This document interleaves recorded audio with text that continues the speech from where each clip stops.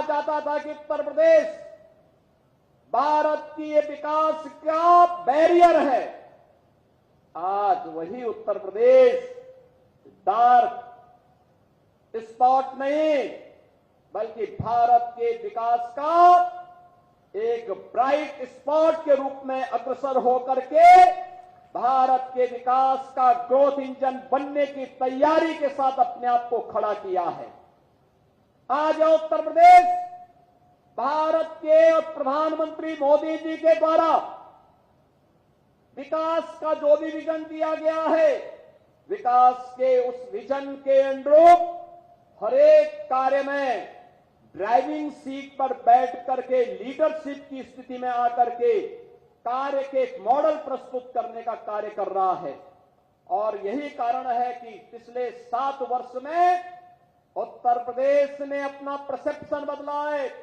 जिस प्रदेश में पहले दंगे होते थे, अराजकता फैलती थी, गुंडागिर्दी होती थी, अव्यवस्था फैलती थी, माफिया हावी थे, बेटी और व्यापारी सुरक्षित नहीं था, आज वही उत्तर प्रदेश निवेश का ड्रीम डेस्टिनेशन के रूप में उभरा है, कानून व्यवस्था का मॉडल बनाने में सफल हुआ है, सर्वाधिक सरकारी नौकरी देने वाला राज्य के रूप में आया है, सर्वाधिक रोजगार सृजन वाले राज्य के रूप में आगे बढ़ा है। और बहनों और भाइयों, मैं आपको आश्वस्त करने के लिए आया हूं अपने युवाओं को कि युवाओं के भविष्य के साथ किसी को भी खिलवाड़ करने की छूट नहीं दी जाएगी। वह समय गया जब नौकरी निकलती थी और चाचा और भतीजा वसूली के लिए निकल पड़ते थे, उनका गैंग वसूली के लिए निकल पड़ता था। बहनों और भाइयों, आज कोई आपके भविष्य के साथ खिलवाड़ नहीं करेगा।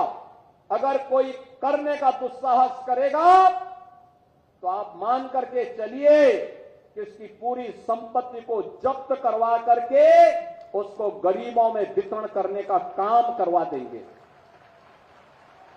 वहां पर महिलाओं के लिए महिला संरक्षण गृह बना देंगे।